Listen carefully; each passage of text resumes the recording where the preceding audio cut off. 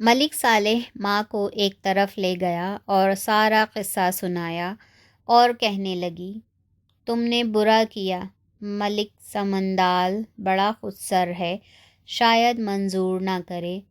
ملک صالح نے کہا، اب جو کچھ بھی ہو میں بدر کی دل شکنی بھی نہیں دیکھ سکتا، جاتا ہوں، اگر سیدھی طرح مان گیا تو اچھا، ورنہ اس کے ملک کو برباد کر دوں گا اور زبردستی جواہر کو لا کر بدر سے شادی کر دوں گا۔ ماں سے مشورہ کر کے ملک صالح نے بہت سے تحائف ساتھ لیے اور بقدر ضرورت فوج کا انتظام کر کے ملک سمندال سے ملنے کے لیے روانہ ہو گیا۔ ملک سمندال کو معلوم ہوا کہ ملک صالح ملنے آ رہے ہیں۔ اس نے ادب کے طور پر استقبال کیا اور تشریف آوری کی وجہ دریافت کی۔ ملک صالح نے تحائف پیش کر کے رشتے کی خواہش ظاہر کی تو ملک سمندال کو غصہ آ گیا اور کہنے لگا، میں تو تمہیں عقل مند اور دانا سمجھتا تھا، لیکن میرا خیال غلط نکلا۔ کیا تم مجھ جیسے بادشاہوں کے یہاں رشتہ کرنے کے قابل ہو؟ ملک صالح کو ناگوار تو گزرا، لیکن ضبط کر کے کہا کہ آپ کو غلط فہمی ہوئی، میں اپنے بھانجے کے لیے رشتہ طلب کر رہا ہوں جو شاہ ایران کا لڑکا ہے۔ خشکی میں اس کی حدود سلطنت کسی بڑے سے بڑے دریائی بادشاہ سے کم نہیں، اور عرض یہ ہے کہ اس میں ناراض ہونے کی کیا بات ہے؟ بہرحال آپ لڑکی کا رشتہ کہیں نہ کہیں ضرور کریں گے۔ اگر میں نے بھی درخواست پیش کر دی تو کیا نادانی ہے؟ ملک سمندال حقیقتاً بڑا مغرور قسم کا بادشاہ تھا۔ غصے میں ملازمین کو حکم دیا کہ ملک صالح کو نکال دیں۔ ملک صالح نے دیکھا کہ معاملہ بگڑ گیا ہے تو خود ہی اٹھا اور باہر آ کر اپنی فوج کو حکم دیا کہ ملک سمندال کے شہر پر حملہ کر دیں۔ چنانچہ اچانک فوج آ پڑی، سمندال گرفتار ہو گیا اور اس سے پہلے اس کی فوج سنبھلتی ملک صالح کو اپنے ملک سے مزید کمک پہنچ گئی، چنانچہ اس نے پورے علاقے پر قبضہ کر لیا۔ شہزادی جواہر کو جب واقعات کا علم ہوا تو وہ چند خواصوں کے ساتھ بھاگی اور غیر آباد جزیرے میں چھپ گئی۔ جب اس جنگ کا چرچا بدر کو معلوم ہوا تو وہ بھی ماموں کی امداد کے خیال سے روانہ ہوا، لیکن راہ کی ناواقفیت کی بنا پر ادھر ادھر پھرتا رہا۔ سمندال کے ملک پر نہ پہنچا، پریشان ہو کر دریا سے باہر آیا تو اتفاقاً اسی جزیرے کے کنارے آ نکلا جہاں جواہر سمندال چھپی ہوئی تھی۔ بدر باہر نکل کر ایک درخت کے نیچے بیٹھ گیا۔ اوپر جو نظر پڑی تو دیکھا کہ ایک حسین و جمیل ماہ پارہ لڑکی پتوں میں چھپی ہوئی بیٹھی ہے۔ بدر نے آواز دے کر نیچے بلایا اور تسلی دی کہ یہاں کوئی خطرہ نہیں، تم مجھے اپنا حال بتاؤ، ممکن ہے میں کوئی خدمت کر سکوں۔ جواہر حوصلہ پا کر نیچے آئی، اپنا حال بتایا کہ میں سمندال کی لڑکی ہوں، ہمارے ملک پر غفلت کے عالم میں ملک صالح نے حملہ کر دیا، والد قید ہو گئے ہیں اور میں بھاگ کر یہاں چلی آئی۔ بدر کو جب معلوم ہوا کہ یہ تو وہی لڑکی ہے جس کی وجہ سے سب یہ خون خرابہ اور جنگ ہوئی تو وہ بہت خوش ہوا اور جواہر کا حسن دیکھ کر اور بھی زیادہ مائل ہو گیا۔ پھر بدر نے اپنا کل حال بتایا اور کہا کہ میری شادی کے لیے یہ سب جھگڑا ہوا ہے اور میں ہی ملک صالح کا بھانجا ہوں۔ یہ سن کر جواہر دل میں بہت جھلائی اور سوچنے لگی کہ ہمارے ملک کی بربادی اس کی وجہ سے ہوئی، اس کو سزا دینی چاہیے۔ چنانچہ اس نے پہلے تو شرما لجا کر ناز و انداز دکھائے، اور اس نے بدر کو غافل پایا تو کچھ افسون پڑھ کر اس پر دم کیا اور حکم دیا کہ سفید پر سرخ پنجے اور زرد چونچ والی چڑیا بن جا۔ بدر اسی وقت چڑیا بن گیا۔ جواہر نے پکڑ کر ایک خواص کے سپرد کیا اور کہنے لگی، جی تو چاہتا ہے کہ ٹانگیں چیر کر پھینک دوں، لیکن والد اس کے ماموں کے پاس قید ہیں، اس لیے تو فی الحال قتل نہیں کرتی، تو اس کو لے جا کر نالان خشک جزیرے میں چھوڑ آ۔ کنیز چڑیا کو لے کر چلی، لیکن شہزادے کی حالت اور خوبصورتی کو یاد کر کے اسے رحم آیا اور اس نے ایک آباد جزیرے میں چھوڑ دیا۔ ملک سمندال جب گرفتار ہو چکا تو جواہر شہزادی کو بہت تلاش کیا، لیکن اس کا پتہ نہ چلا۔ مجبوراً سمندال کو لے کر اپنے ملک میں آیا۔ وہاں آ کر بدر کے متعلق پوچھا تو معلوم ہوا کہ اس کا بھی پتہ نہیں۔ ملک صالح نے ہر طرف ملازم روانہ کیے، لیکن باوجود کوشش کے کوئی سراغ نہ ملا۔ اسی دوران گلنار آ گئی اور بدر کا حال پوچھا، کیونکہ وہ بغیر اطلاع چلا آیا تھا۔ جب اسے معلوم ہوا تو وہ بہت پریشان ہوئی، لیکن بھائی بہنوں نے تشفی دی کہ تم فکر نہ کرو، جہاں کہیں بھی ہوگا ہم اسے تلاش کر کے لائیں گے۔ گلنار تو اس خیال سے واپس چلی گئی کہ انتظام سلطنت میں کوئی خرابی نہ پیدا ہو، لیکن ملک صالح برابر بدر کی تلاش میں مصروف رہا۔ بدر جزیرے میں چڑیا بنا اڑتا پھرتا تھا کہ اتفاقاً شکاری کی نظر پڑ گئی۔ اس نے دانہ بچھایا اور اس کو پکڑ لیا۔ جب وہ شکاری اس کو لے کر چلا تو بہت سے لوگوں نے خریدنا چاہا، لیکن شکاری نے انکار کر دیا کہ میں اسے بادشاہ کی خدمت میں پیش کروں گا۔ ایسی چڑیا اس جزیرے میں آج تک نہیں دیکھی گئی اور کافی انعام ملنے کی امید ہے۔ جب بادشاہ کے سامنے وہ چڑیا پیش ہوئی تو بادشاہ نے بہت پسند کیا اور شکاری کو معقول انعام دے کر چڑیا لے لی۔ شام کو بادشاہ نے بیگم کو بلایا کہ دیکھو کیسی عجیب و غریب چڑیا خریدی ہے۔ ملکہ کی جو ہی نظر پڑی تو منہ پھیر لیا اور کہنے لگی، یہ چڑیا نہیں بلکہ ملکہ گرنار کا لڑکا ایران کا بادشاہ ہے۔ اس کو جواہر بنت سمندال نے چڑیا بنایا ہوا ہے۔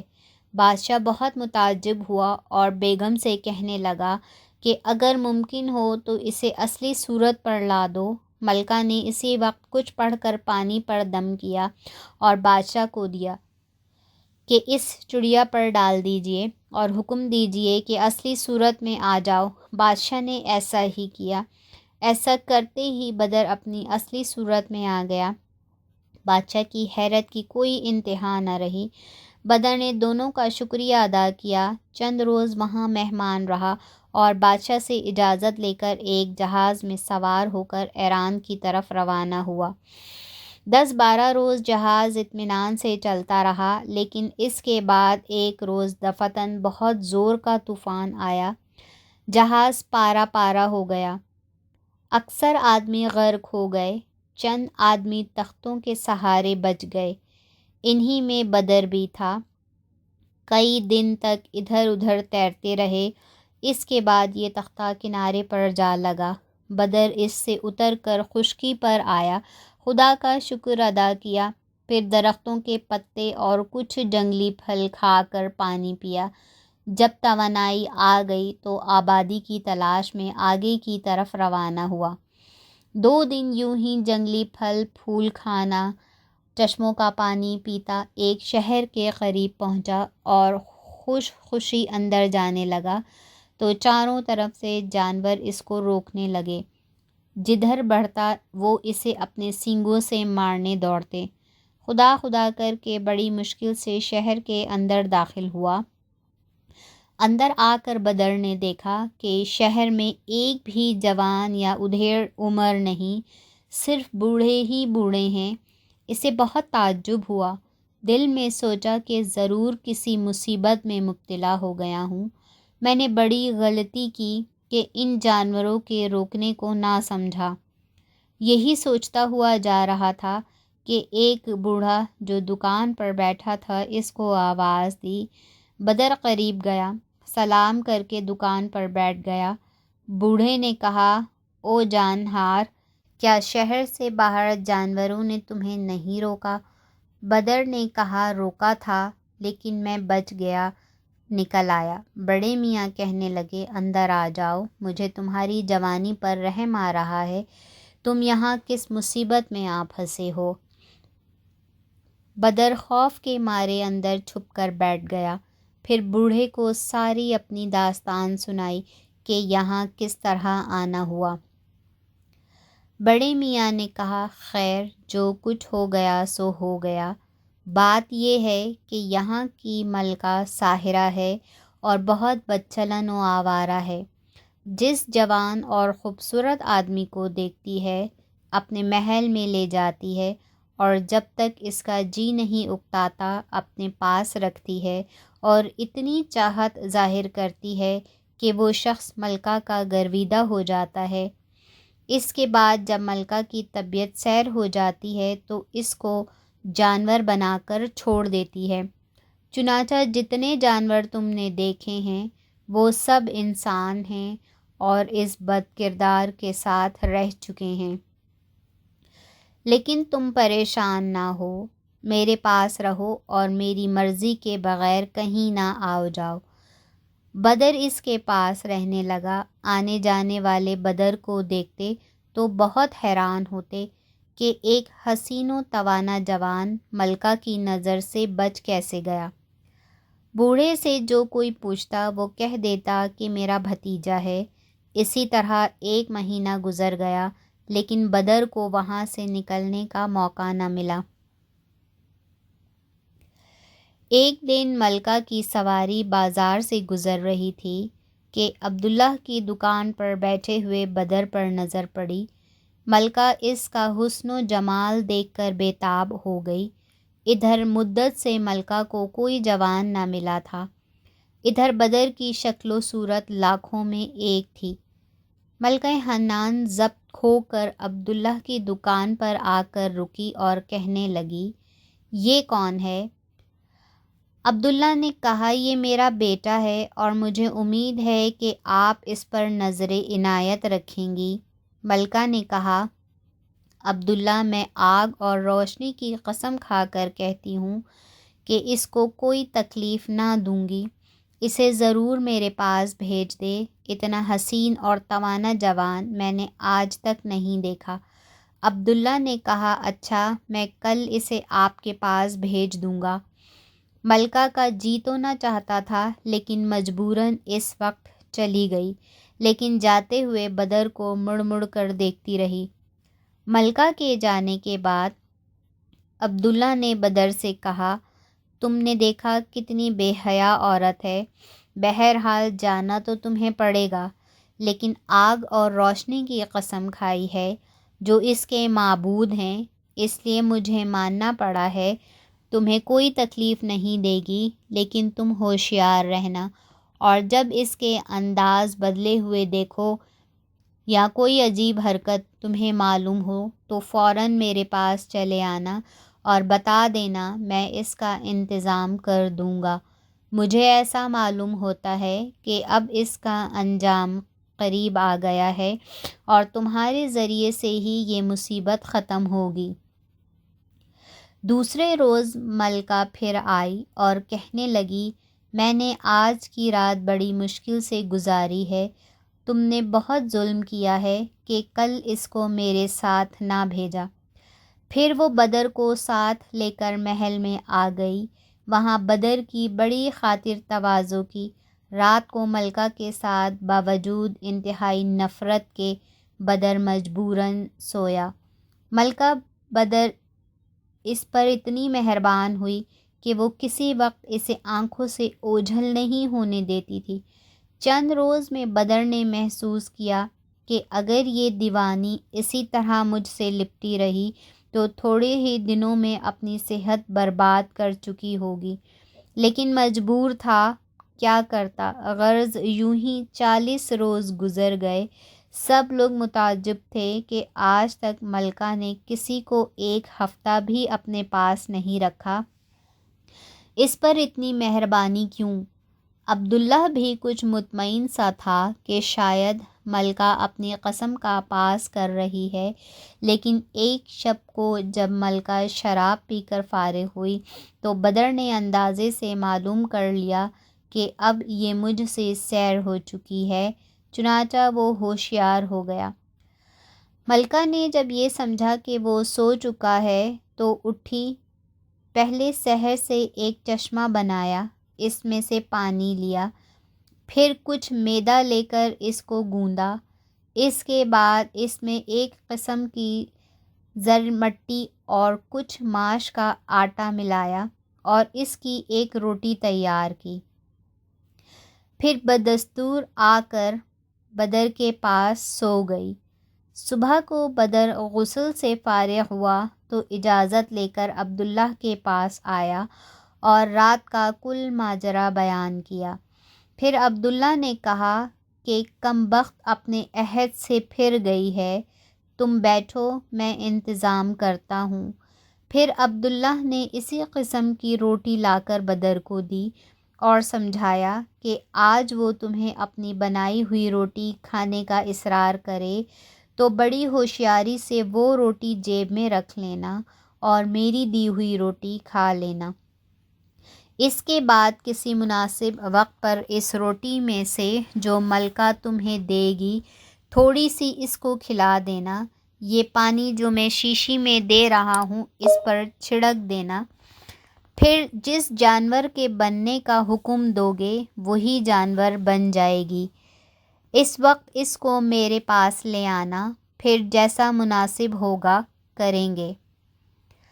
بدر عبداللہ کا شکریہ ادا کر کے ملکہ کے محل میں واپس آ گیا۔ ملکہ نے اس کو سینے سے لگا کر پیار کیا، پھر پوچھا کہ دیر کیوں کر دی؟ بدر نے کہا، چچا جی کھانے کے لیے بس ضد تھے، لیکن میں تمہارے بغیر نہیں کھا سکتا تھا، اس لیے عذر کر کے اب بمشکل آیا ہوں۔ پھر بھی چچا نے یہ اپنے ہاتھ سے پکائی ہوئی ایک خمیری روٹی دے دی اور کہا ہے کہ اس کو ضرور کھا لینا، میرا جی خوش ہو جائے گا۔ ملکہ نے کہا، اچھا ہوا تم نے کھانا نہیں کھایا، آج میں نے بھی تمہارے لیے اپنے ہاتھ سے ایک روٹی تیار کی ہے، اس کو کھانا۔ پھر بدر کا ہاتھ پکڑ کر دسترخوان کی طرف لے جاتے ہوئے کہنے لگی کہ نہ جانے تم نے مجھ پر کیا جادو کر دیا ہے، ہر روز تم سے زیادہ فریفتہ ہوتی چلی جا رہی ہوں۔ اس کے بعد دونوں دسترخوان پر بیٹھ گئے۔ ملکہ نے اپنے ہاتھ کی روٹی بدر کو دی، بدر نے عبداللہ والی روٹی نکال کر رکھ دی، دونوں شکل و صورت میں یکساں تھیں۔ پھر ملکہ نے بدر سے کہا کہ ذرا پانی دیجیے، ملکہ نے منہ پھیرا، بدر نے روٹی بدل دی اور نہایت اطمینان سے عبداللہ والی روٹی کھانے لگا اور بڑے اصرار سے دوسری روٹی ملکہ کو کھلائی۔ جب دونوں روٹی کھا چکے تو ملکہ نے بدر پر پانی کا چھینٹا دیا اور آواز دی کہ اندھا لنگڑا گھوڑا بن جا، لیکن بدر جوں کا توں کھڑا رہا۔ ملکہ بہت حیران ہوئی۔ اتنے میں بدر نے جیب سے اپنی شیشی نکال کر اس کا پانی ملکہ پر چھڑکا اور حکم دیا کہ ایک خوبصورت گھوڑی بن جا۔ ملکہ فوراً گھوڑی کی شکل بن گئی۔ گھوڑی نے بدر کے پیروں پر سر رکھ دیا، گویا معاف کرانا چاہتی ہے، لیکن بدر کیا کر سکتا تھا۔ بدر گھوڑی کو لے کر عبداللہ کے پاس آیا۔ عبداللہ اس کو دیکھ کر بہت خوش ہوا اور گھوڑی کے منہ میں لگام دے کر زین کس دی۔ پھر بدر سے کہا، اس پر سوار ہو کر اپنے وطن چلے جاؤ، لیکن میری یہ ہدایت یاد رکھنا، خواہ کوئی مرد ہو یا عورت، گھوڑی کی لگام کسی کے ہاتھ میں نہ دینا، ورنہ نقصان اٹھاؤ گے۔ بدر عبداللہ کا شکریہ ادا کر کے گھوڑی پر سوار ہوا اور ایران کی طرف روانہ ہو گیا۔ چند روز تک آرام سے سفر کرتا رہا۔